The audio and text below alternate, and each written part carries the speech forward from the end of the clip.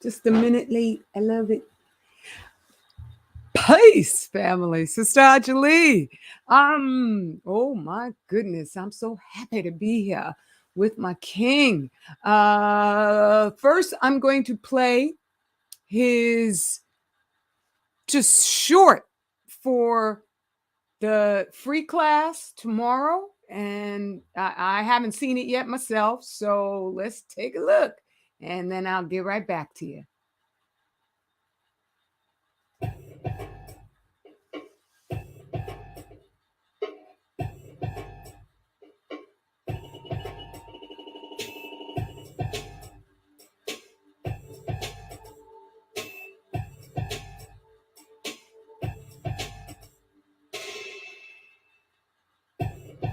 Whoa. That was nice. I like that.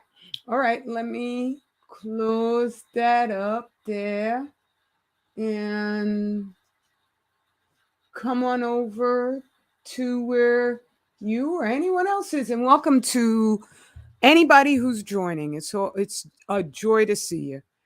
Okay, let's see. Nope, that's not where I'm going. I'm going over here. And there we go. We're just going to have a nice, in-depth conversation, family. Oops, I didn't know I did that. Let's go back. Let's see. That work? No, that won't work. That will work, maybe. Yeah, that works. There we go. All right.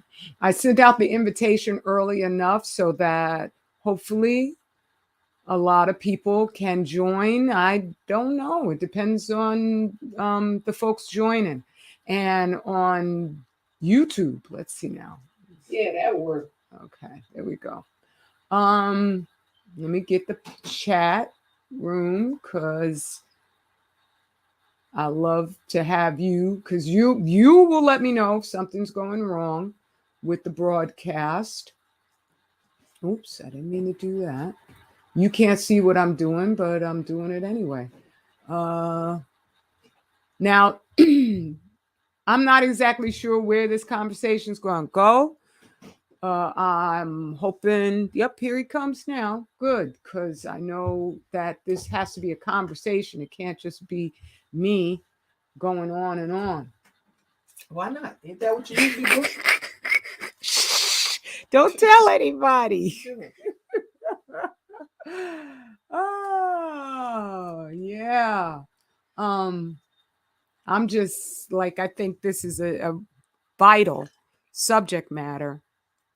And because there's so much damage that feminism has done that has absolutely nothing to do with going to an ERA meeting.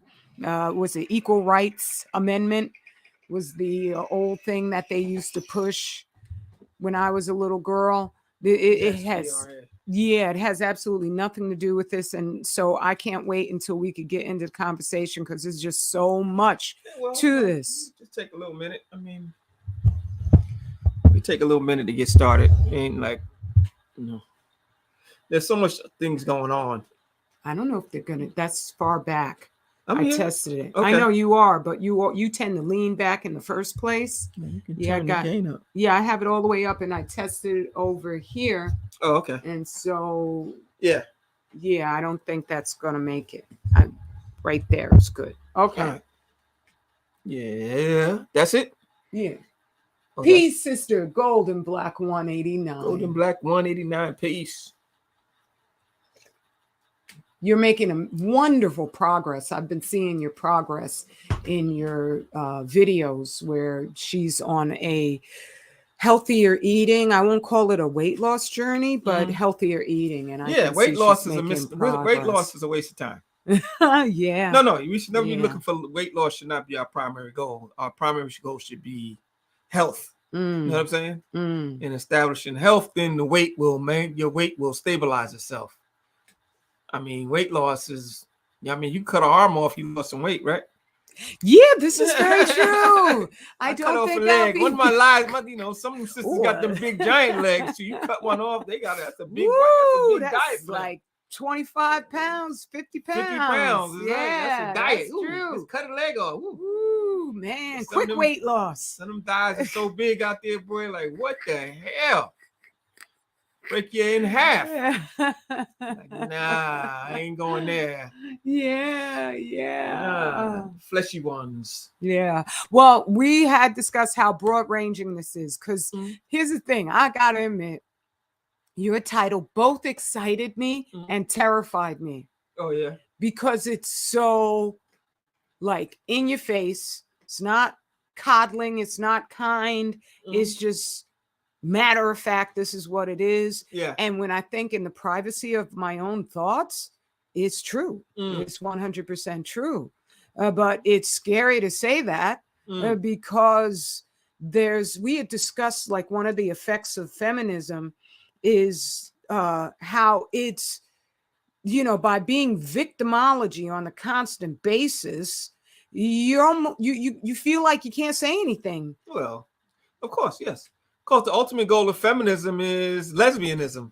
Right? Let's keep it real. That's obviously the goal of feminism. Right. To make they want you to be a separate entity into and of yourself, separate from men, which is ludicrous. Right. All right. So that means their goal is lesbianism. All right. And if you ever study the history of these things, lesbian, quote unquote, lesbianism, the Isle of Lesbos, blah blah blah,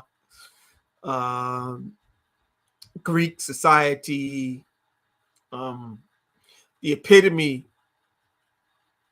of the feminist model of womanhood for them was being a lesbian. Wow. All right. Because that means you're free of the need of men. You know what I'm saying? Because you have a society of Europeans that were at each other's throats because the women were running their society for so long. You don't realize the women were running their society thousands of years ago, not the men. Oh, right, because they had those little statues of the fertility, the mother goddess with the big belly. And if you ever go back to like the Druid area and before that, women were actually running those parts in Britain. Women were in charge, So they've been having this long battle between male and female that they drag black folk into and everybody else into. It ain't their fight. That's their fight. Right? And we've never had a conflict with our others, other selves. I mean, how you going to a conflict with your other selves means that's self-destruction. When you can't reconcile with your other self, which is a woman or a man, then that means that you have destroyed yourself. And I think that ability to think far ahead with our actions has been removed by this, their society that has constant little, psyops and false flags and salacious headlines, so that they never give you the chance to just enter your own nature and start wondering, well, if I keep doing this, what's the inevitable outcome? Because what you said, it makes no sense. See, I've read even in matriarchal Aboriginal societies, there was always, but they meant matriarchal in that the property went through the woman, and that was the method of protecting her from those men who might uncharacteristically be violent.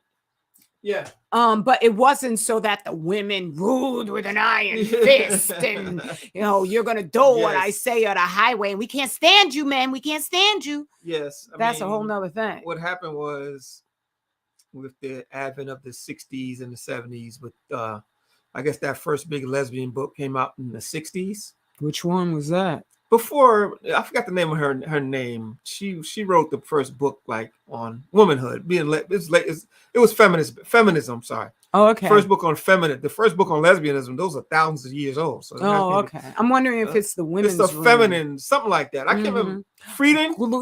Gloria Friedan. No, Gloria. No, her name was Gloria. Friedan wrote that. Yeah, Friedan. Yeah. She's like the mother of modern feminist thought. Right.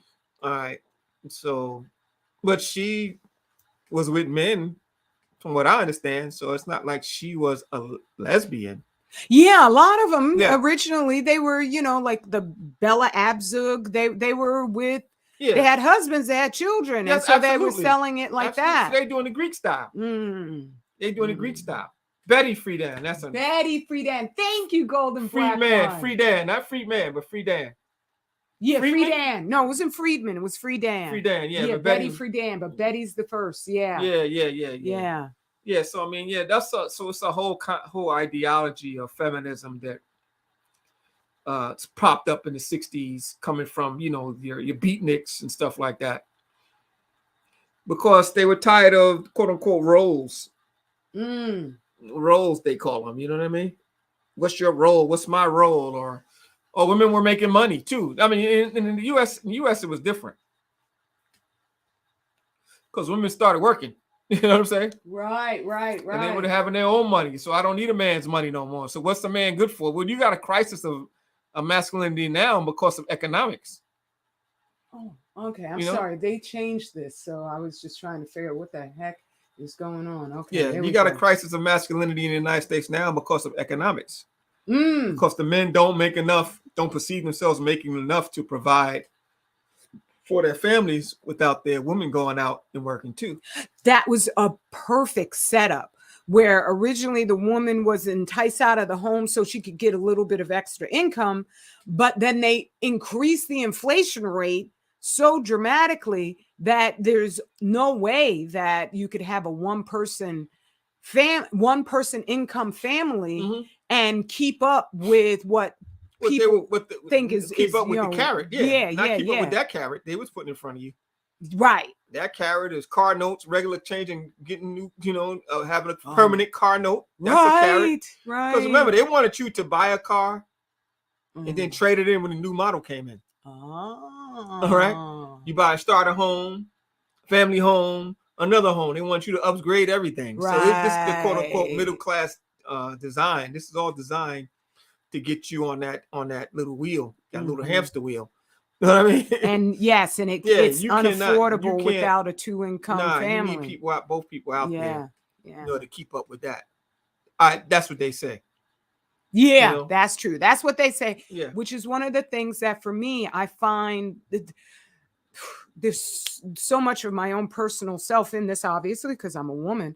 But I find I've never been richer in my just comfort and my joy in life. But at the same time, I know on the way that they stack things up, we're considered working class.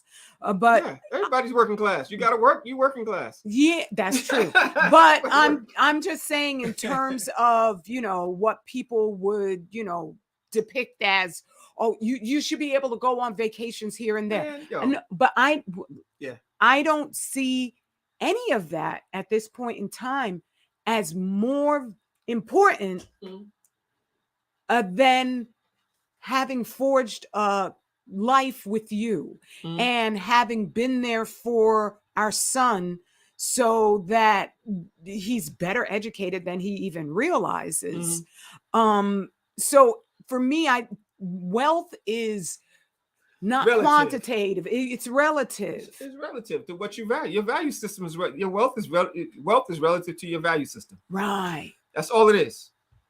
It's relative to your value system. So I mean, if your value system is accumulation of things, then your wealth will represent accumulation of things. If your value system is relationships, then your wealth will represent your quality of your relationships will represent your wealth. It's that simple. It's a cultural thing too. It's a cultural thing, no doubt. It's important to understand that on the Ferris wheel, on the hamster wheel, that you're not in control of your thoughts. They've taken your values out of it and replaced them with their value, and replace your values with theirs. That's what's going on. Your value, you've had a value transplant. Wow. You know what I'm saying? Right. Because what? Because the carrot is materialism. Things. When you offer poor people things, then of course their eyes are going to pick. Because somebody that hasn't had anything can be swayed by the promise of something. You know what I'm saying? That's what it is. You swayed. Advertising, swayed. You know what I'm saying? That's what all this is about. This all goes back to the early 1900s with Edward Bernays and his and when they went from the Office of Propaganda to the Office of Public Relations. Right. It's not propaganda anymore. It's public relations.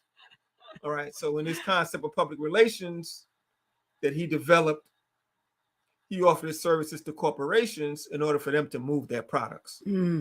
Because if you ever look at, you can't look at movies, especially American movies and stuff like that, and get any idea of what was going on 100 years ago. No, you can't. No, not at all. It's very hard to watch a movie from the United States and get an idea of what was actually going on in the past time. Right. Because they're not going to tell you the truth. Right. That's what I have found out. The average they're not going to tell you. I mean, there's a few things that you can watch that may give you some insight. Like there were a couple of shows, I think, like The Nick was one of those that might give you a little insight. And that was even fanciful. Yeah, it was, because it's about doctors, of course. So it's always going to be fanciful. Because that when they throw the doctors and they throw these classes in these systems for you to be your view, your window, your eyes. Right. So in other words, when I make a movie, we have to have a protagonist that you see the environment through, whose eyes you identify with. You have to identify with and see the environment through. So these protagonists are always going to be a doctor, a cop, a lawyer, you know what I'm saying? Right. A politician, you know what I'm saying? Right. They barely give you a protagonist of someone, quote unquote, at the bottom, common person. Yes, common life. They don't give you that type of protagonist because they feel like you're already there. They know your ass is common. They know your ass is already common, so they know you got that view already. But they don't want to inspire you to think that your view is accurate. They want to inspire you to think that these other views are more accurate.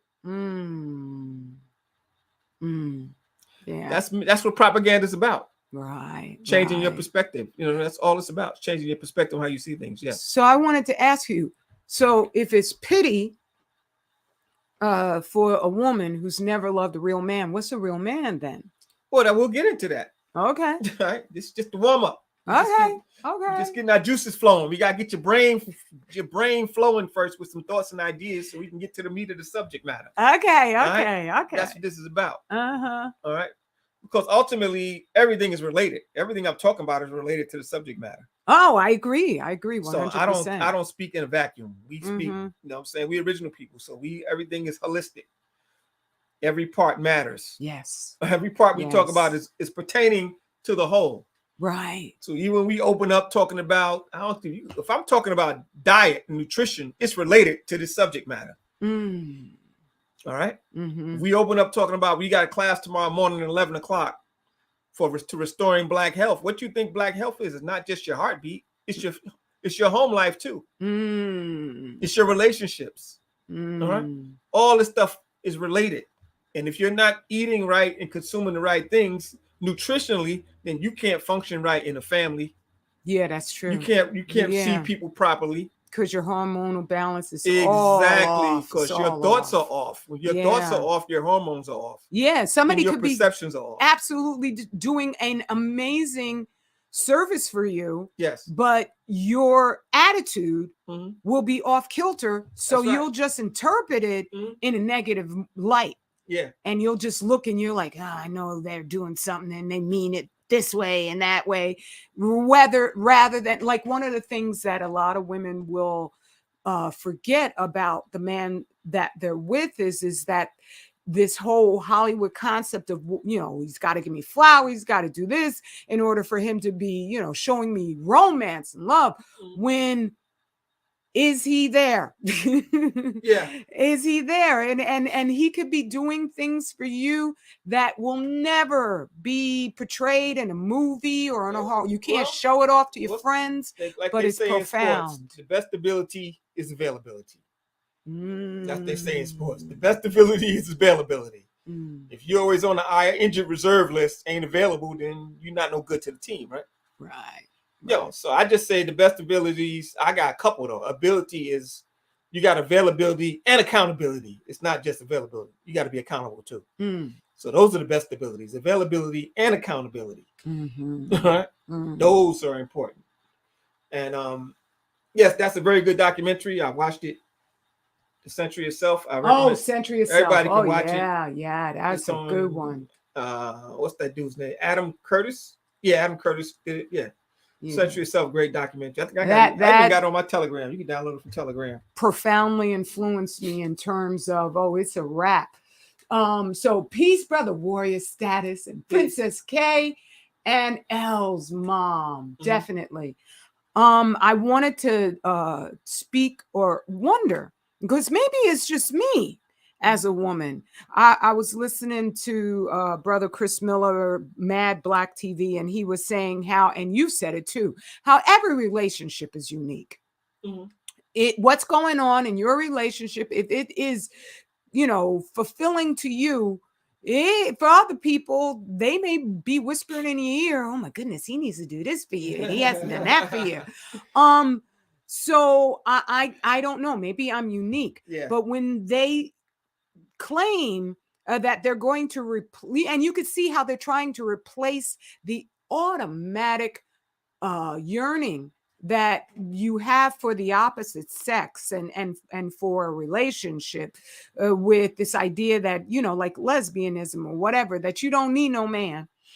I just find that impossible to understand because even though no one told me, I knew I was always attracted to a brother who's confident, who's rooted in himself, even though I didn't know how to go about getting that.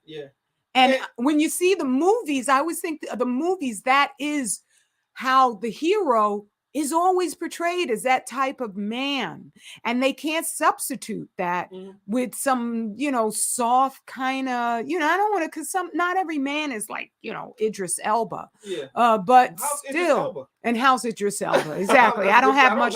I don't have that much respect for him lately, like all the other celebrities. I don't know how he is. You know what I mean? But I'm just saying images he portrays, you mean? That when I think of pity for the woman who's never loved a real man, I always think of, how that impulse, that desire is just natural to want to be with a man. But there's so many, like you said, they just transpose their mindset into us. So there's all these hurdles in making that connection. So then you just want to make the assumption that it's impossible to do, or that it's scary. Yeah. Well, if we're going to get into that, I guess that's what we're here to do. I would start with some definitions. All right. So if you look up the word pity, can you do that? Yeah, I sure can. We're going to take it to the class now. Then we have a class. I love you. I love your classes. Oh my goodness. They're so intense. We're going to have class now. Okay. Just type it right there, pity. Oh no, that's like I have to have the website. Pity definition.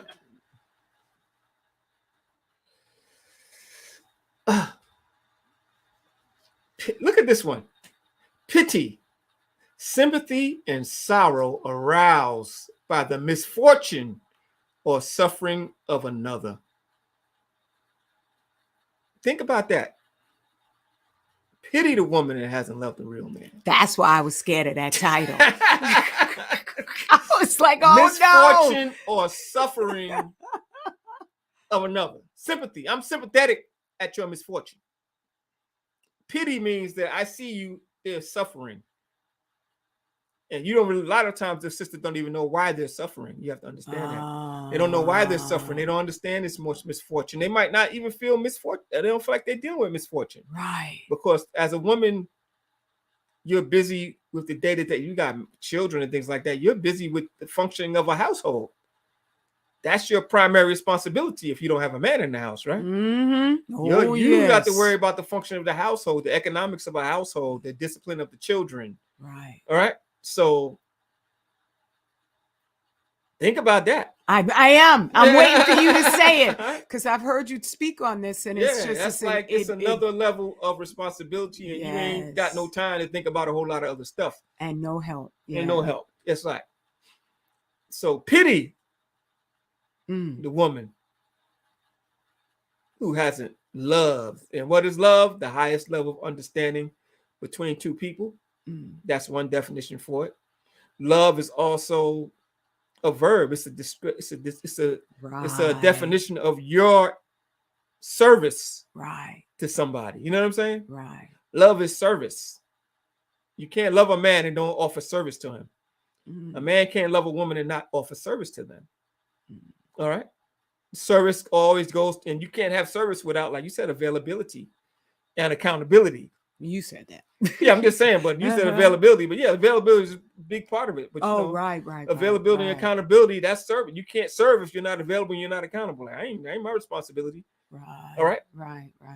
So if you haven't loved, so a woman who hasn't loved, hasn't served, hasn't submitted herself to serve a real man, or met a real man to love and serve her. But I'm gonna tell you the truth. I think it's more important. It's more fulfilling for a woman to give the service. Not that a man doesn't serve too. Oh yeah. But his service is much more external, because he has to serve he has to serve the whole household. You know what I'm saying? He has to serve the whole household. A real man has to serve the whole house, has to provide for a whole household. You know what I'm saying? He has to serve he has businesses to serve. He has a whole lot of things he have to do to make that economic thing happen. All right. But a real man, I guess that's the definition that you're looking for. Yes, I am. I'm waiting. What is a real man? What is a real man? I'll go back over. What is a real man? What is the definite article? There's no definite article of a real man, believe it or not. There are things that he does that show that he is committed to his family. That's a real man does. He's committed to his family no matter whom or what. All right. He's not breaking his commitment for nothing. You know what I'm saying? Yeah. A real man ain't going to abandon ship for a fat booty. Fat booty came. Fat booty. That's a fatter booty. You know what I'm saying? He ain't going to abandon ship like that. Right. All right. Right. He knows his duty and he's committed to fulfilling it. You know what I mean? A real man is knowledgeable of his environment. Is comfortable with being himself. Is not trying to impress other men. Right. All right. Not trying to necessarily not impress other men in a dysfunctional fashion. Right. Like you are a respectable man. Yes, you respect other brothers and you impress men with your ability to do your job. You know what I'm saying? That's how you get to respect other men. Your ability to fulfill your function as a father and a husband, as a friend. That's what the respect you give from other men. And keeping your word, not trying to keep up with what they have. What they have is what they have. Right. What you have is what you have. You know what I mean? Your abilities are different. Every person's abilities is different. Right. So there's no comparison between two. What you do better, what you excel at, some don't excel at. Right? And also the styling. They got this everybody's style is different. Everybody's style is different. Exactly. But they get the classic man, and it's all about the style. It's like, what? Yes. Like I said, that's why you have to be comfortable with yourself. You have to have knowledge of yourself. When you're comfortable with yourself, you don't worry about style so much. You know what I'm saying? Right. You're worried about form and function. See, how's this functioning? How's this household functioning? What form are we taking here? You know what I'm saying? This is idealistic, of course. This is something you have to grow into. Right. I see. And I see it's not an easy thing for a man to do. You have to grow into. But the problem is that a lot of us as men are operating in another man. We're operating with the ideology of the European. And we're trying to match up with the white boy, and he's not yours to match up with. That's not your responsibility to match up with him. Your responsibility is to match up with the situation that you're in. You're not going to catch up with the white boy. Wow. He's got a 200-year head start on you out here. You're not going to catch up. You're not going to close that gap. He got a 200-year head start on you. Right, and he'll just trap you every time. Exactly. You get caught up trying to catch up with him. No, you don't catch up with you have to work in your own sphere of influence and develop your own ground where you're at. That's why they didn't like Booker T. Washington. He was like, yo, man, cast out your bucket where you stand.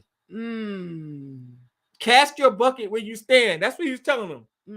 Them Negro did not like that because they want to be with white boys. They want to match with the white boys. And Booker would say, yo, this is where you at. This is where you got to catch. This is where you got to work at. Where you at. Right. Instead of looking to go in somebody else's yard and grow something there, put down your bucket where you are and work where you are. Mm. You know what I'm saying? Wow. Because he was 100% right and exact. Because as you can see, their stuff is withering on the vine. But there stands his buildings made with his bricks. Exactly. No, my point, I'm talking about society-wise. Right. Their society is withering on the vine in front of you right now. Oh. European culture and society is collapsing in on itself right now. Right. All right? Right. It's collapsing in on itself, and it's unable to stop the fall. Mm. It's unable to stop the fall because they are unable to do a lot of things. Yeah. Because it's just not in them. All right? They have a genetic dysfunction that they are not going to get rid of. Right. And it's going to pervade, it's going to invade. It's like a virus is going to invade and pervert anything they do. So we should not be trying to catch up with them, because where they going? Out. Exactly. They are on a race to the end. And we are the alpha and omega. We have no beginning or no end. So what kind of why would we be in a match with them? Right. All right. They are genetic dead end. All right. You're not a genetic dead end. You have the potential to make your genetics even stronger. And that's why we have in our class tomorrow, Restoring Black Health. Because we're going to restore you to your former glory. Right. And beyond. That's the goal, to go beyond what you are. We are supposed to be constantly improving ourselves. Right. Our bodies, minds, everything. That's what we're supposed to be doing.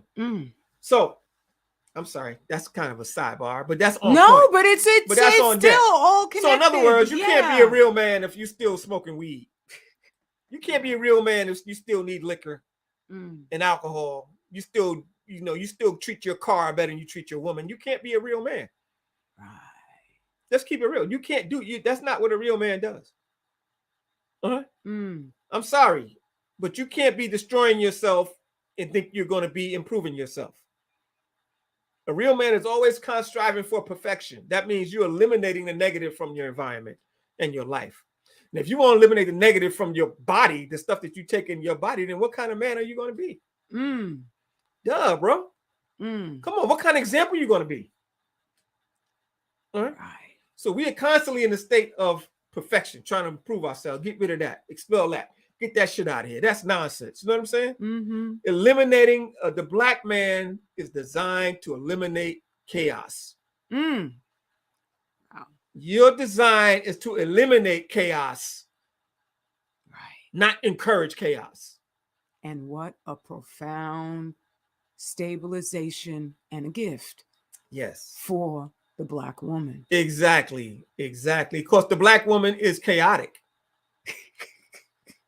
No, she's chaotic. No, I agree. She's chaotic because she's under the rule of the enemy, and that creates chaos and insecurity. And that is the nature of every woman, to look at the macro society and take that as the paramount instruction for what's supposed to even be going on in her own life. Exactly. And if it's chaos and confusion, that's going to be perpetrated. She's going to take that in. Come on, look at school. She's the best student. In European schools, the black woman's the best student.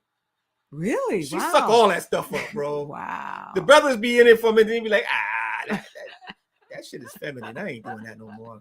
By the 5th grade, they was through with school. Like, that shit is feminine.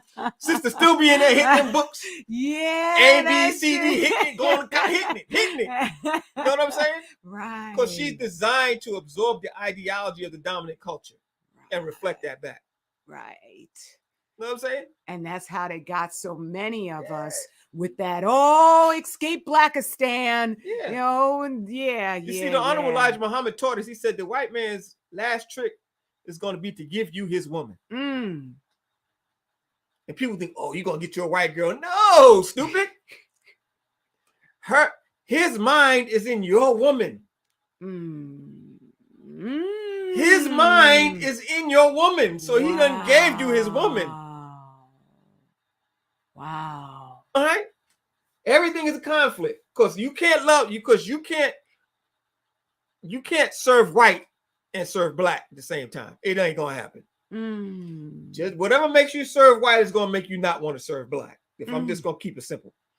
The same energy that makes you want to serve the white make you not want to serve the black. That's right. That's the boom boom. That's right, but kaboom boom. Right. Because you can't serve two masters. You know what I'm saying? So when your woman is into that society, into that culture, she got to have 12 vacations a year and all that shit like that. Then she becomes a white woman. You are making me think of different shows I've seen where they have a couple, it's a hoarding show. All the or TV whatever. is like all the black TV shows are just showing you white people in blackface. Well, yeah, but what I want to say is when they have an intervention and some white psychiatrist shows up, and it's inevitable you will see the black man very reluctant, but you're often seeing, and then not every time, but she's sucking it right up. She's like, oh, darling, we should do this and do that. And the husband's like, nah, I ain't feeling this. She's the best patient in the hospital. They doctors love her. She's the best. Yes, doctor. Yes, doctor. Yes, just like watching Little Shop of Horrors. Yes, doctor. Yes, doctor. Yes, doctor. When Steve Martin was playing a dentist and Audrey was his girlfriend. I don't remember movies like you. Little House of Horrors with the plant. I remember watching it, but I don't remember Audrey scene by scene. The dude was in love with Audrey. Audrey was in love with the doctor. Doctor was played by Steve Martin. I can't remember who played Audrey. Crazy like white lady. She said, whatever the doctor said, yes, doctor. Yes, doctor. Whatever you say. Yes, doctor. Yes, doctor. So she's all into that. Right. And so that makes her, she's gonna buy all the medicine, she's gonna take all the therapy and all that, and she's sucking it right up. Because her mind is now been taken over, is the same as the white woman's mind. Right. Because she's a good patient. And it's hard to talk them out of that. In fact, the doctors love the women's patients because, imagine a test subject that comes in on time, does everything you tell them, and cleans up after themselves. Imagine rats don't do that. Right. That's the best test subject you can get. They come in, they do what I tell them to do. They clean up behind themselves and they back on time. Right. You have no work whatsoever. Exactly. That's the best subject. And that's how you got Henrietta Lacks, believe it or not. Oh. How you think you got them HeLac cells, bro? Where do you think them HeLac cells come from? You think she just gave them up? You think they weren't looking for something like that? You think they weren't experimenting on John Hopkins? Of course. And you think they were just experimenting at Tuskegee? You think they ain't experimenting now in all these hospitals? I know they are. I keep. That's what I'm saying. That's a rhetorical question. I'm just saying. But come on, how you think the HeLac cells are a good thing? Some cancerous cells they put in all these vaccines. You think that's been good for you? Forever cancer. Yeah. Exactly. What you gonna do with that cancerous poison toxic cell? What are you gonna do with that? They ain't stopped no cancer with it, have they? No. They're not interested in that. They're not interested in stopping cancer. So what they want the cell for? It's a means of selling product. That's all it's there for. All right. So that's what they use the black woman for. Professor Sims, where'd you get this whole science of what's it called? Women gynecology. Was built on Henriette. Right. Built on the back of black slave women that were in possession, that were owned by Professor Sims, who would cut them up and cut their uterus out and experiment on them. And no pain medication, no anesthesia, because y'all don't feel no pain. You're black. You're beast of burden. You know what I mean? Right. You know what I mean? So this is the mind. This is the damage that we're dealing with these women and these men too. The men are damaged, of course, too. But the men are more naturally rebellious to the dominant culture because you're a black man. You're naturally going to be rebellious to the dominant culture because deep inside of your blunt fogged mind, your alcohol fogged mind, you still want to be a man. There's a little man in there, still deep down there. Wants to you ain't gonna pick on me. I'm a man. Yeah, you show it to your black brother, but it ain't man enough to come out there and build nothing, a community, a society with it. Right. You know what I'm saying? But still deep inside, there's still a man struggling to come out. The woman don't have that. Right. That's true. You know what I'm saying? That's true. I'm like, very fluid with my own sense of my femininity. I don't feel like there's anything I have to prove. I just enjoy myself. Yes. Yeah. But you, like I said, you is this, and the man is the spot. Remember, the man holds the X and the Y chromosome. So in him is the nation. Right? So all that woman is the mother of everybody. That's bullshit because she only got X chromosomes. Oh. So how she give birth to everybody? And she ain't even got the chromosome on her. Right. Parthenogenesis is nonsense. Yeah, I know that. You know what I'm saying? In fact, every hormone that a woman produces is first comes out of a male androgen, a male hormone. Oh. So all your female hormones are first male, then they develop them. Wow. Yeah. So I mean, come on. I didn't know any of that. Yeah, bro. So in other words, like I said, it's a whole bunch of woman is God stuff. Then she's God, but not like they talking about. Yeah, I know. You know what I mean? That's as soon as I hear but see, that's all methodology because they know the woman gonna spend some money. So we have to flatter the women. You flatter the black women to get money. You flatter women. You always flatter the woman because she's the engine of economics. I heard the minister speaking on it. It's Adam and Eve, where the salesman comes in like the snake and he's going to make a beeline for the woman. Yeah. Because he knows he could find some way to flatter her. Yeah, and the Negro leadership is doing the same thing. That's what the Negroes is doing. The church, they do it in the church. Everybody's doing it. They making merchandise of the woman because she's gonna spend some money. Come on, and anybody that's gonna spend, I mean, how much do women spend on stuff? You spend more to get your hair done. You spend 10 times more to get your hair done than a man does on average. Yeah, that's true. You're right. Well, we have more hair though. Yeah, it's more things we do with it. Give me a break. No, I don't know about that. I don't go to the hair. You ain't doing that much. Exactly. That's what I'm saying. You spend more on everything. All right. That's true. That's why they trying to get men to get their nails done and their male makeup. That's why they're getting all this because that's the economic. Oh, we can make even more money, get the men involved with it. You know what I'm saying? Right. But I mean, shoes. Some cis women are shoe whores. They gotta have every different 27, 30 different type of shoes. But you know how it works, especially black women. You know, because y'all ain't never had nothing. So Yes. All of that. Yeah. Can we describe what a woman should do instead? Instead of what? Instead of having that white society's mind inside. She needs to find a real man. That's what she need to do. Well, I think, though, you have to be mentally prepared for that. Yes, because I've always thought, I won't take it too, personal, but still, I wouldn't, if I had met you 10 years earlier, I would have dismissed you altogether and been an idiot. I would have been piteous because I was in pain, but I wouldn't have realized that, well, here's this real man. He's part of the solution. And I would have had pity for you. Yes, I pity the woman that don't know a real man when she's don't know. Exactly. So you have to be prepared. Yeah. So in that terms, what prepared my own mind was realizing men and women are not the same. And that's a beautiful thing. It's not an insult. There's nothing about being a woman that is lesser than. It's just a different mode of existence. Absolutely.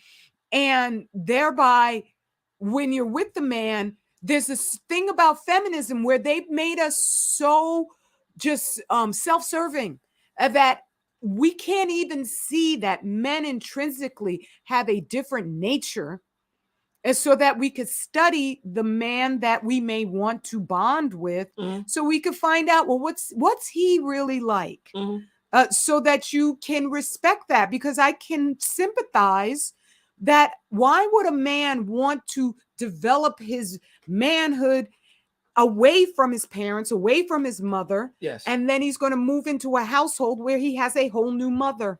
Absolutely. That's a man. That's not a man. That's a boy. Right. That's somebody that's not developed. Exactly. That's what I'm talking about. When you don't develop character in a young man, he does not develop into manhood. Character is the most important aspect you can develop in a man. All right, because that is unquantifiable. Yeah. Because he's not going to be trying to rob nobody. He ain't going to try to steal nobody. You know what I'm saying? He's going to be sufficient in taking care of himself and his own without trying to do something crooked to make it happen. Right. All right. Not because he's scared of getting caught, which is a whole different thing, but because this works better. Right. You know what I'm saying? Right. He's capable of long-term. Yeah. Nah, this is going to be more. This is going to sustain it right now. Right. And being patient through the process. Exactly. Because you've been brought up by a crook and a liar and a thief and a rapist. You've been brought up by that. So, I mean, those energies is what's swirling all around you. As a man, that's what the society is. It's built on that type of energy. That's right. So it's hard not to take on those characteristics. Right. Consciously or subconsciously. All right. So that destroys your manhood. Because you cannot be trusted. A real man can be trusted. All right. A real man can be trusted. Wow. That's galaxies away from white society. Because you can't trust nothing they put out. A real man can be trusted. I mean, yes. Right. And trust is not an absolute. Let's not get it twisted. Trust is a measurement. How you mean that? Trust.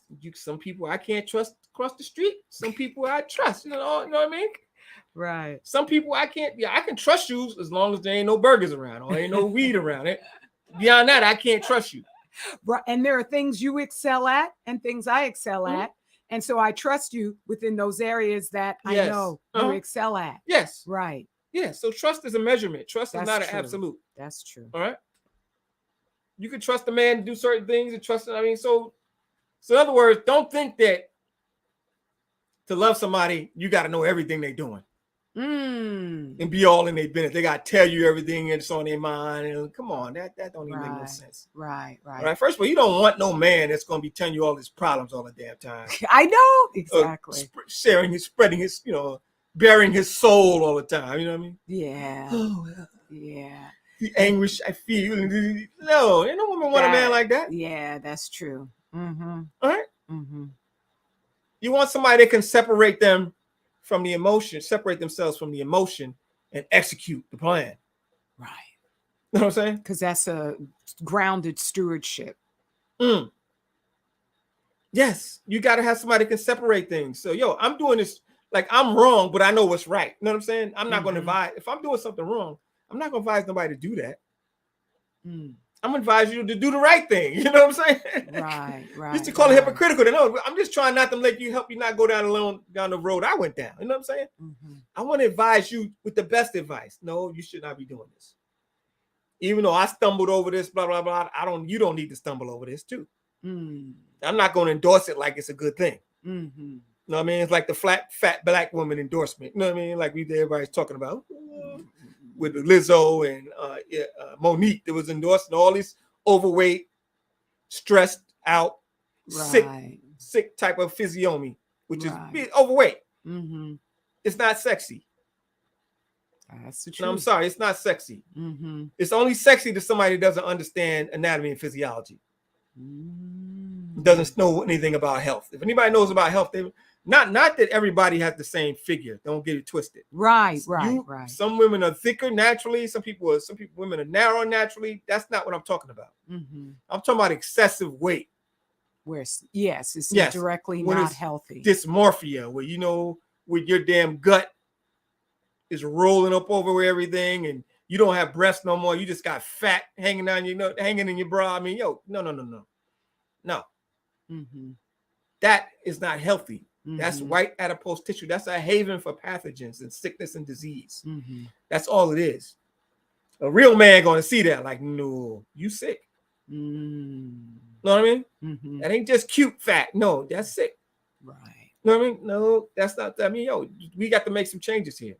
Our diet's not right. Right. Know what I'm saying? And, I have to say that I understand thoroughly the struggle. Yeah. Because it stays with you your whole life. I think I finally reached a level where I've understood what I can eat, what I can't eat, and how I could do that.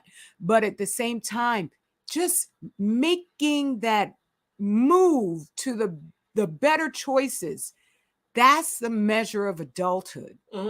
Where you're no longer just like a child who has no check on their, impulse behavior.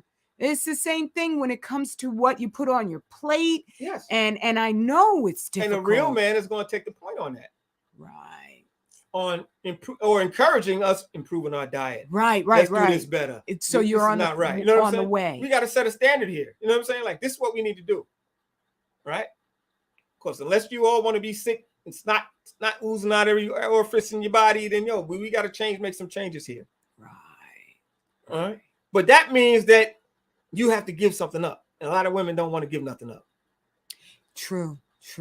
They don't want to give up their quote unquote, I don't want to give up my mind to be with you. You know what I'm saying?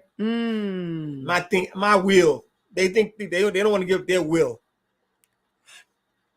You know what I'm saying? Mm-hmm. They don't want to feel like they've been they got this fingality that they'll respond. They're how your girlfriends talk about, oh, he got you whipped, and you just doing whatever he's.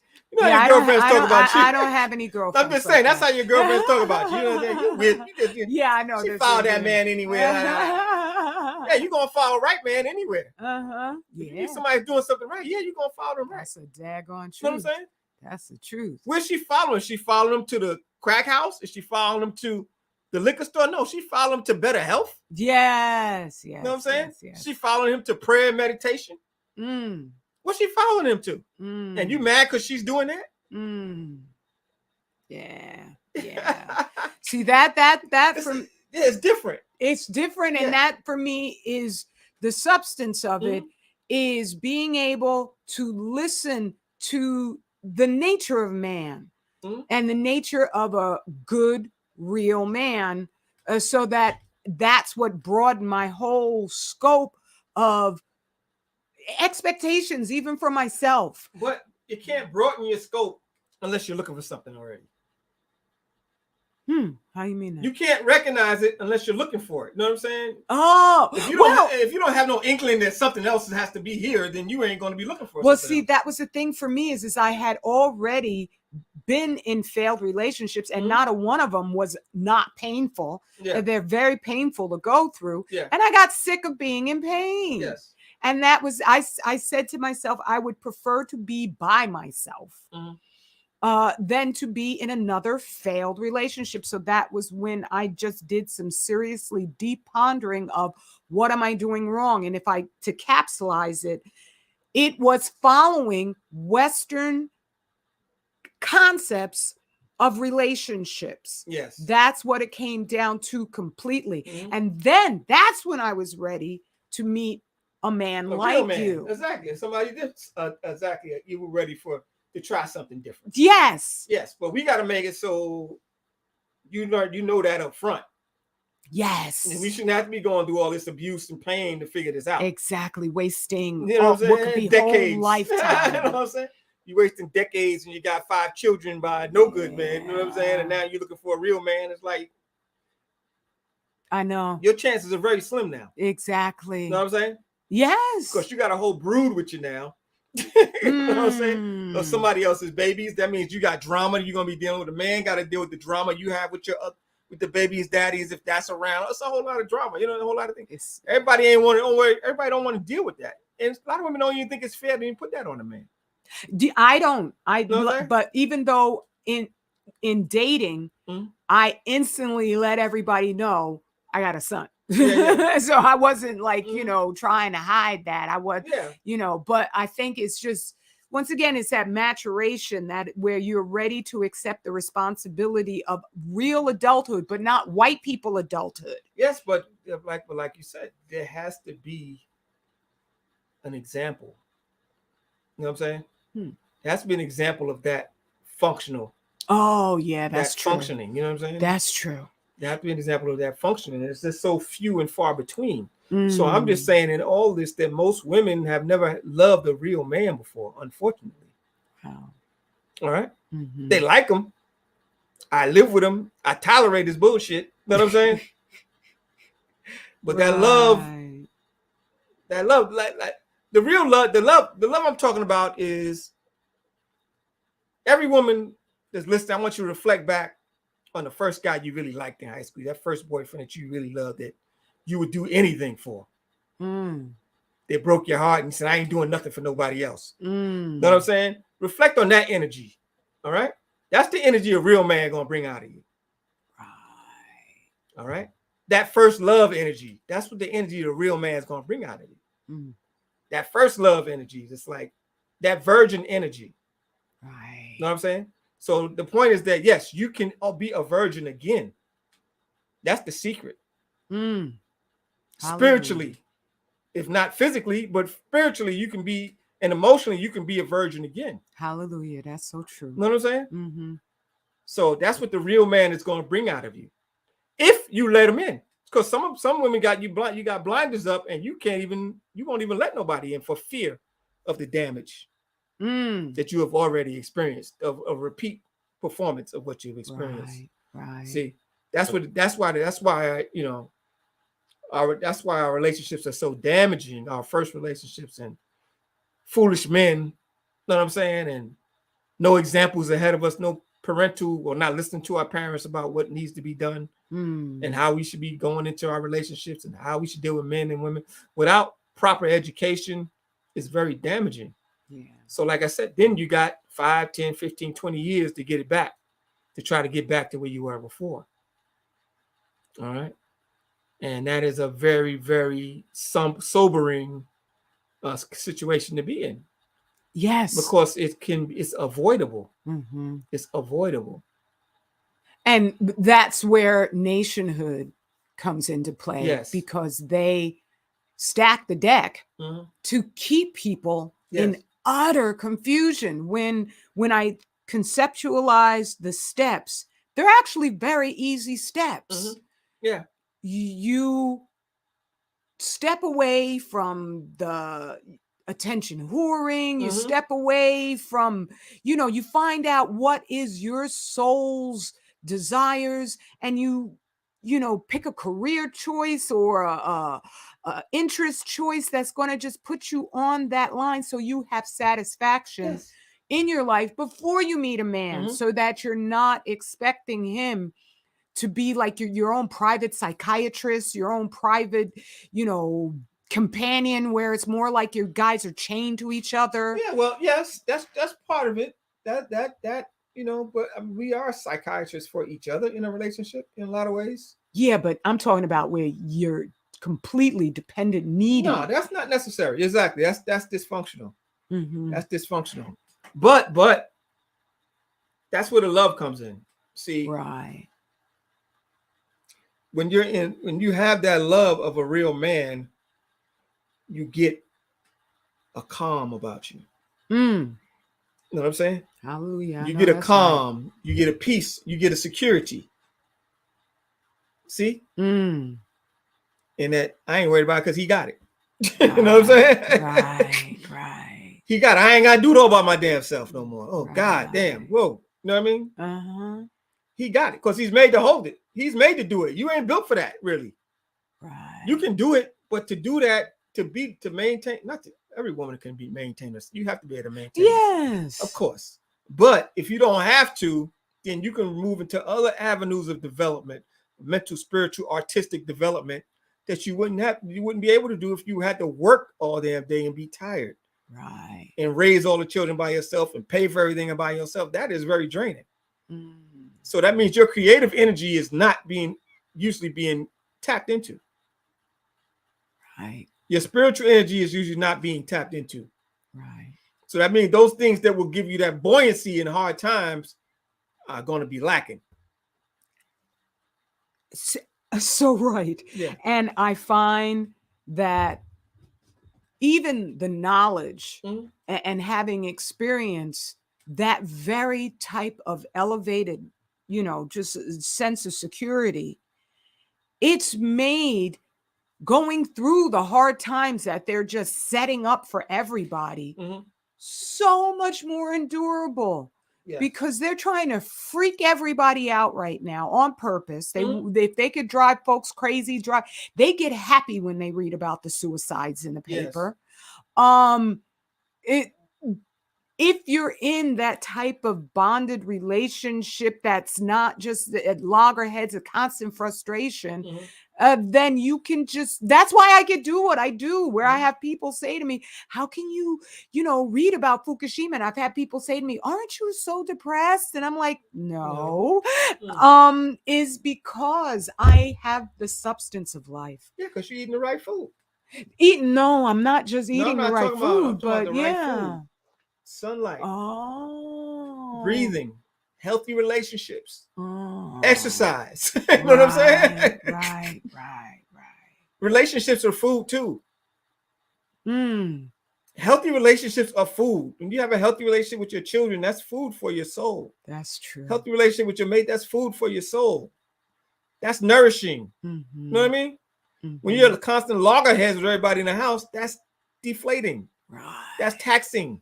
Right. And as a woman, you should know that your emotional state is the most important, important state that you got. That's going to determine everything. That's going to determine everything else works.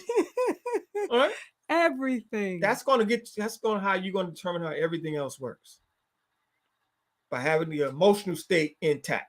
If you're afraid at the ends and edges, your thoughts are going to be, it's just going to be a mess. It's messy. A lot of sisters out here are messy, yo. Now you got to explain. I'm just saying you're a mess because you're insecure. Insecurity makes you messy. Oh, right. Having to do everything by yourself makes you messy. Right. You act like you got it together, that strong black woman stuff. But I know that's mythology. I can see it too, where I'll see sisters and, the clothing seems all right, but you got the right shoes, the right purse. Yeah. You know what I'm saying? The right walk. Yeah. You could just see the energy there is, please help me. I'm in trouble. Yeah. And it's not even a kind help me. It's a like, I'm gonna make you pay attention, or it's just it's something. Exactly. It's sad. It's a shame. It's a shame. Yeah. So there you go. There's the pity. And I know the truth of that statement, even though I'm a woman. I want to be able to hug my sisters and say, it's going to be all right. And you're fabulous and you could be all you need to be. But that, I think, is the nature of the whole, half of womanhood, where we are the relationship coddlers, or not. Coddler sounds bad, but that's our nature, is to keep the relationships together, fueled with cheerleaders. Yes. And that's not what is getting the plays on the field done. Well, it can. It can. Yeah, you're right. It can get the plays on.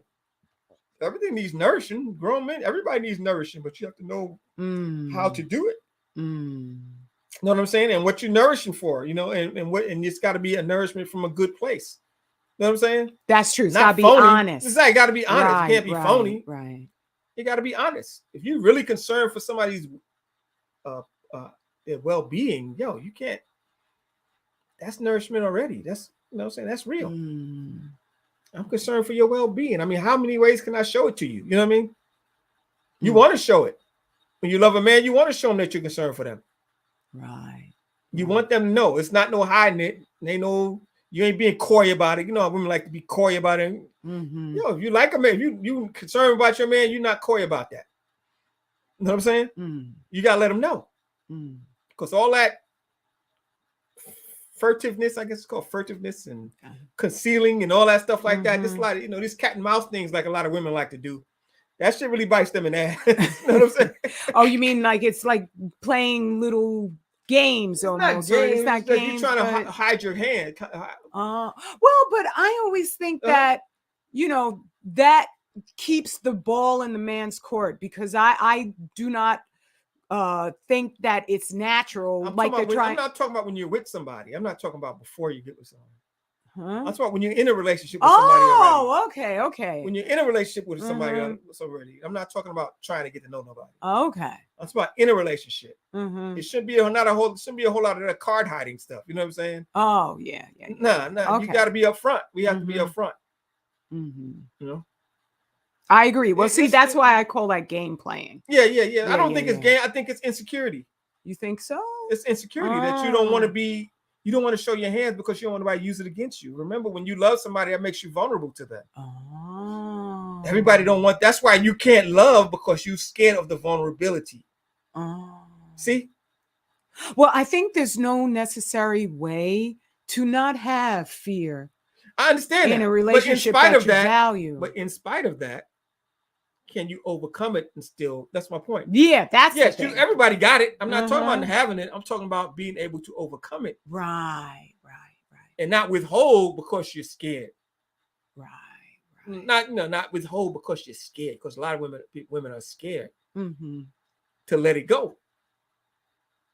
Because you don't want to waste it. Right. Number one, because you think this might be all I got. I don't want to waste it on no Negro. You know what I'm saying? Right.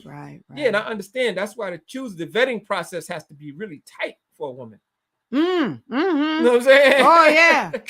You gotta vet him. You gotta vet a man. It's okay, and it's okay. He should have no problem being vetted. And I think unacknowledged is the sexual hunger that women feel, which is perfectly wonderful and natural.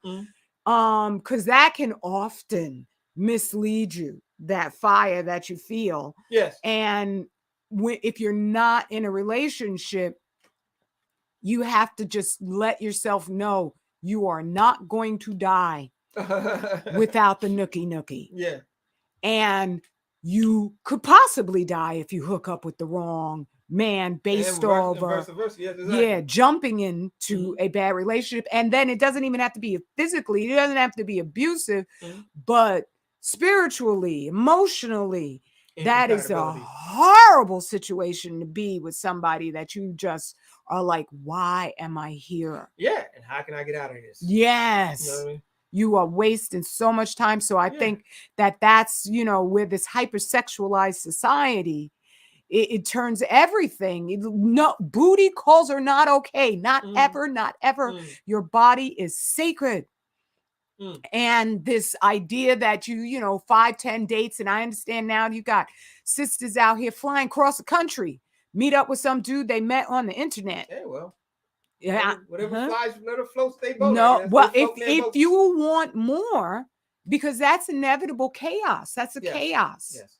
If you want more, then you have to value the sacredness of your own body and to know that those are just connections, that a lot of them are going to be beyond your control, so that you'll then get attached to an idiot, someone that you have no respect for. Yes, because you have to understand that when you have sex with a man, your body don't know it's a one-night stand. Your body thinks it's going to be a long-term relationship. Wow. That's deep.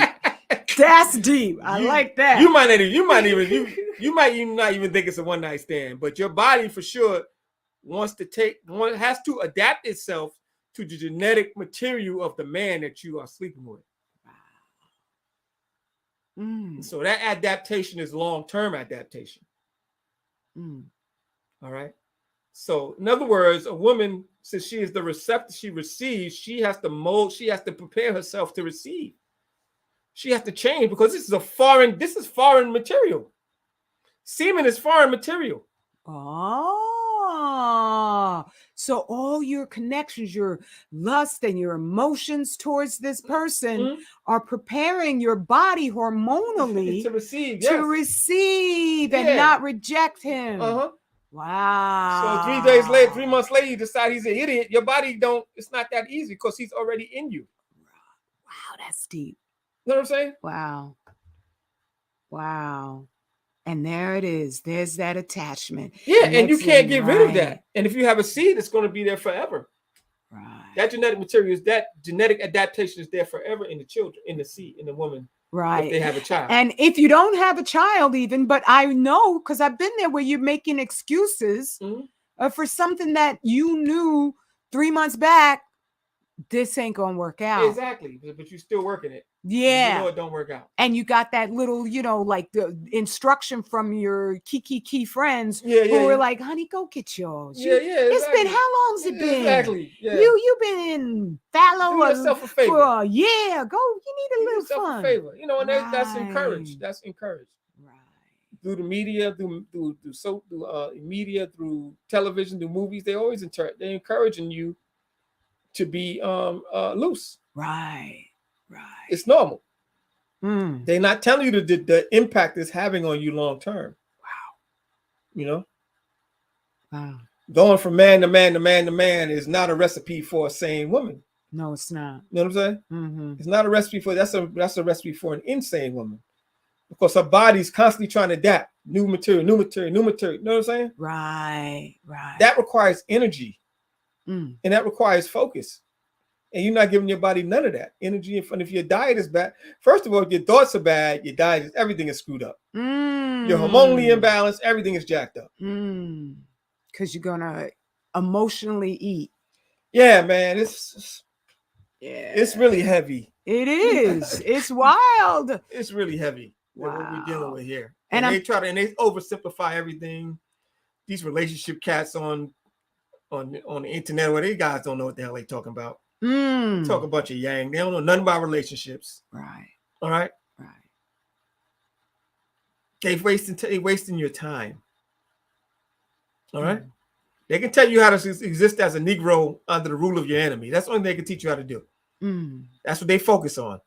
How we can make it happen right here and now. How we can deal up in this situation we're in.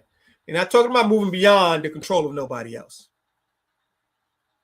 See, if your relationship is not talking about moving beyond the control of other people and establishing your own cultural dynamic, then what do we do? What's the point? Right. Yes, you got to be very picky about who you deal with. Absolutely. Absolutely. And I do want to emphasize, because for the brothers, they also are working on you, on all men, obviously, but that your bodies are sacred too. Yeah, kind of. I know that you have a different dynamic. Exactly. We're different. But it's still, a minimization of how you should be cherished. Of course. I mean, first, no man should be going from woman to woman to woman. That's not good for him psychologically either. Because he has to absorb the energy of a woman also, whether maybe not internally, but emotionally and intellectually, a woman has energy that he has to deal with, he has to adapt to, because every woman is different. They brought up differently, they come from different families, they got different ways, things they do. All that stuff requires adaptation to deal with it. You know what I'm saying? A man is more capable of dealing with this adaptation because he's meant to go out into the field and deal with different environments. Wow, that's deep. Yeah. He's meant to go out there and get the resources to provide for the family. That means he has to deal with different type of situations all the time. Right. So he's made for that adaptivity. You know what I mean? But when it comes to relationships, everybody you shouldn't be adapting with. Because some of these women, just their energy is all screwed up. And they're chaotic, and they're just going to bring chaos into the man and make him unstable. Especially in this war setting. Yes. Exactly. So, I mean, yes, it's important that a man be on his guard too. You have to choose carefully. Especially in this society, man. We got a lot of knuckleheads out here. Male and female. I'm sorry. You got anything? What else you want well, there was an aspect of this that we had discussed earlier that I want to bring in about the feminism. In that feminism is like this giant succubus that is transforming the concept of what men should be into one size fits all personality that is all accommodating to the fragility of womanhood. I'm not saying there's anything wrong with cup. And it just occurred to me that there's a certain quality of manhood that I don't think has really disappeared. It's, where the strong silent type. Not every man wants to sit down and have a huge conversation about his emotions or about anything of the sort. And feminism has made this idea that you're not just getting together a man and a woman, two different natures, but you're getting together with somebody who's supposed to be just like you. You're both, besties. And I'm not saying you're my very best friend, but I have an acceptance of the fact that your personality in many ways is not like mine. And thereby I deal with you as a full human being. And I don't expect you to act like a, woman, or like the way that they say, oh, all men are supposed to be like men this. are more expressive now because they're brought up. More men are brought up without men around. Oh, that's why it is. Oh, wow. Usually, if you have a father in the house, the male is going to be more like dad usually. You know what I'm saying? Mm-hmm. But if there's no father around and there's no older brothers around, it's that culture. But that's why ultimately they have to leave the house. Because if the boy stays in the house too long, he's going to become more effeminate acting. That's why he has to go outside and go amongst the other brothers and make, make his bones. Right. Because that's going to help him develop his manhood. I'm talking about that, at 10, 11, 12. I'm talking about them ages. Oh, okay. They got to go out. You know what I'm saying? They got to go out. But if they stay in too long, they're going to be more effeminate. They're going to be more emotional. They're going to be more talkative. You know what I mean? A lot of times. Right. Of course, there's big mouth cats that run the streets too. Don't get it wrong. Some men just run their mouth because they got a lot of female energy. They talk a lot. Right, but it doesn't mean that they're but on average, a lot of it is because there's no men in the house anymore for us to emulate, because the children are imitators. They imitate what's around them. Right. So young men, if they're around women all the time, they're gonna talk. That's what I've recognized with males is that they're, especially when they're young, they're like perfect little soldiers. Yes. They're going to line up with what is the tradition in the household. And so if there's a whole lot of female energy going on in there, then that is something that they have a tendency to line up with. They can deal. Not all of them. No, not all of them. Yeah, some will. No. Yeah. But also, yeah. Yes, because that's how they've been taught to express their emotions, because they express their emotions like they've seen. Right. You know what I'm saying? And women express their emotions very caustically, especially when they're in that chaotic mindset. Right. It can be very caustic, and the men become caustic. Well, and you see it play out on social media where there's nobody to punch you in the eye. They're very they respond. A lot of men are very snarky and caustic in their responses. You're like, yo, what is that about? You know what I'm saying? Where'd that come from? Anybody that's older be like, nah, we don't communicate with each other like this. You know what I'm saying? But the social media is also is a very, very feminine type of communication system. Right. Well, see, and that segues into what I'm just saying is that concept of dad came home and he just wants some quiet. Exactly. And children would be and the male children start being like that too. Like, I just want to be left alone. Yeah, but I'm just saying, as far as the woman's ability to accept that divergence, where this is a man and men have a different way of tackling stress and all sorts of issues, then I think it becomes easier for the woman to see the man as a whole rather than as an echo of what society teaches us a man is supposed to be. She can hear him. I can hear you in the silence. Yeah, I'm not even saying that he has to be silent, but I'm just saying where you allow him to be vulnerable to you, to show you who he actually is. Because I think sometimes that's why there's the MGTOW a lot. I'm not saying that's the sum total of it, but a lot of men feel pressured by this idea that everything, like the complaint where if a man doesn't fix the car or he doesn't do those man tasks in the house, oh no, there's no complaint about it, but those things are expected from him. Whereas for women, it's like, aren't you going to do this and aren't you going to do that? Well, but with the men, aren't you going to get underneath the car and fix the muffler? And I'm not saying that women don't have an awful lot of work, especially if they're working outside. Keeping a household clean is a big job. I don't know how other women do it, but I'm just saying, to see that men are different and that's a good thing. That's a benefit. It's not a minus. And just to be more flexible. Okay. I'm not disagreeing with that. Okay.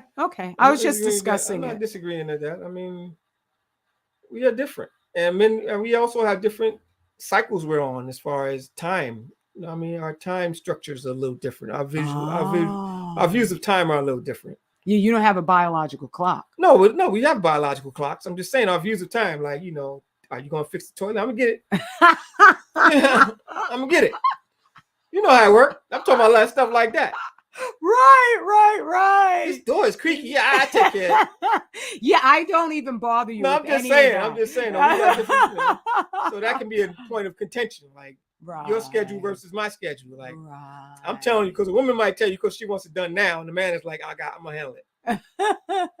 And the more you stress them, the less it's gonna get handled. Like, I get to it. Uh-huh. I get to it because, you know, some men are they got a checklist already of things they're dealing with. So that just goes to the end of the checklist. It don't mean that it's not going to get done. Just like, okay, I'll put that on the list. Right. That's the top of your list. When you ask, that means that's the top of your list. When we hear it, that goes to the bottom of our list. Because you already had a bunch of stuff little up there. things like that. Exactly. You know, because, you know, that's all. But when it comes to the pity of a woman, it's just that you cannot be a whole female, a whole woman in a relationship without the love and respect for the mate. That's the point. Right. You can't be a whole woman if you're constantly worrying about focusing on what he doesn't have or he doesn't do. That's not going to work out. Yeah. You're never going to be satisfied focusing on what somebody doesn't have. The satisfaction comes in appreciating what they do have. And I know I've experienced the pain where you're with somebody and you almost feel like, please don't say anything out public. Yeah, you know what I mean? Well, like I said, that's a bad match. That means that's a bad match. Right. I mean, our relationships go through that at one time or the other, but it shouldn't be constant. Yeah, you know what I mean? It shouldn't be a constant feeling. It's just like, yo, don't say that. We are, you know what I mean? Yeah, I can't say that I've ever experienced that with you. I'm just speaking. Yeah, but it's, you know, it's if you don't have that respect, that's the thing where it's beyond. And I think women, that whole love is undefined for a lot of people. Yes, it's just so a statement. You don't know that this is a man who you respect him so much that you would want to be friends with him no matter what, because you admire the way he thinks. You just are proud to know him. That's right. And you shouldn't be a man with a man you don't look up to. Right. I hate to tell you that. That's the secret. Right. If you don't have a little bit of awe, look up to him a little bit, you ain't gonna be able to deal with the flaws. Right. Because everybody has flaws. Dang, that's true. No, and a man don't have to look up to a man's not designed to look up to a woman. Know what I'm saying? But he should appreciate her, but he ain't got to be looking up to her. But a woman need to look up to a man a little bit. Right. You know what I'm saying? Because that's going to give you the oomph you need to keep it going. If you got more disdain than you got appreciation, then that's over. That's one of them Jada Pinkett and Beyonce's mother situations where they're on an interview and they're making the man just so because sad. They got too much of that feminine mythology in them. Right. They're removing off the feminine mythology. And the feminine mythology makes you downgrade your man and like you ain't appreciating what you got. Right. You mean the feminist? Yeah, no, that's the feminine. Yeah. Yes, I'm feminist. Yeah, you ain't appreciate what you got. Right. Because the feminist's goal is what? To get away from them altogether. I don't need them. What kind of woman would have a brain, goes on network TV and runs down her man? I know, right? For money, for any money. Like, that's not going to happen. Right. You know what I'm saying? Right. Not no man she loves. She ain't doing that. Jada would not have put Will in that hot seat at the red table if she loved him. No way in hell ever would she do. No, we ain't doing that. You are absolutely right. Nah, that shit ain't gonna be on TV. You're gonna have some type of self-respect. Right. That means you got no respect. Right. I mean, it's all an act. It's a sham. This is a sham situation here we got here. See? Because certain things are just not going to get done. Like, yo, that's between us, and like, yo, it ain't none of your goddamn business. That's all it's going to be. So they showed you what they's about right there. She showed you how much love she got for her husband right there. None. Because she did that to him for ratings. Right? For a buck. Whoa. That's sorrowful. Yo. Oh man. Yeah. Will should have been slapping her. Not going up there trying to slap Chris Rock. Ooh. You should have slapped her at the Oscars for embarrassing him like that. You too wild. You know what I'm saying? He slapped the wrong person. If it was authentic, I don't even think it was authentic, but if it was authentic, he was slapping the wrong person. Wow. Because she's the one who degraded and defiled him, and he went there like a sucker. He should have said no. Right. And he went. Like he was championing her. Yeah, and I'm just saying, though, I'm talking about when they had that show on that little red table bullshit she got on TV. He went up there and showed up too. He's an idiot. I know. I ain't showing up. Screw you. I got another house. I ain't even worried about you. You know what I'm saying? Right. I can pay your house, and I ain't worried about you. I ain't got to see your ass at all. The children grown. I ain't gonna be on your show and be defiled by you. Get out of here. What kind of man is that? I agree. For what? You know what I'm saying? That's dysfunctional. Right. See? And that's the flaw. It's not a flaw, but that's what feminism and white society will use. Yeah. Because there are rules to this. Yeah. Who wants to see that man castrated on public? Who wants to see? I know. What kind of one wants to see? If you want to see your man castrated in public, get away from him. You don't need to be with him. If you want to embarrass them in public, you feel like you want to do that, and that's like something that you want to do. That means you don't love them. Exactly. You ain't got no respect for them. You don't need to be in that relationship. Exactly. Now, I don't want to use their superheroes as like a model of the man that I would want, but it would be like looking at Black Superman, or I don't want to. The Black Panther is so like white, but looking at Black Superman. He's a feminist. Yeah, he's a feminist. But it would be like looking at Black Superman and trying to figure out a chink in whatever it is he does so you could exploit it for your own financial gain. Now you've become an agent of your oppressor against your man. Exactly. So I'm going to give you, the Honorable Elijah Muhammad said it. The last trick is the white man is going to give you his woman. And there she go, right on the red table, spreading her gospel of white womanhood to Black women. Wow. She does it. Gabrielle Union. All these are spreading the gospel of white women to Black women. That's all they're doing. Oh my God. Lizzo, that's what their job is. Wow. That's all they pick. They're spreading white feminism, white womanhood to Black women. That's all their job is to do. Damn. That's wild. And I wish I would, because it's on TV. All the movies are about it. Black-ish is about it. All these, every show is about it. Every show you got Black folks on is just spreading that. That's all they're doing. I wish I could scream it from the mountaintops. I literally am the richest woman on the planet because I'm that satisfied. Yeah. And it's because you are my hero. So it's a thoroughly different, to be living with somebody you admire and you respect like that. There's no substitute in life. I would not want to be living in Jada Pinkett's house. I don't give a damn how beautiful it is. It's got chaos in it. It's empty. It's empty. It's dysfunctional. It's empty because if she's not with the man she wants to be with, she needs to leave. If you're not with the man you want to be with, leave. This ain't 1922. You got to stay married for 127 years. Right. Leave. Because it's not doing you any good nor them. Have that much courage. Know what I'm saying? Have that much courage. Yeah. Man. Yeah. Don't get me started on this. Woo! All right. Let's say greetings to other people who have joined in. I think we start right there with Brother D.A. Productions. Good to see you, brother. And Brother General Mosquito.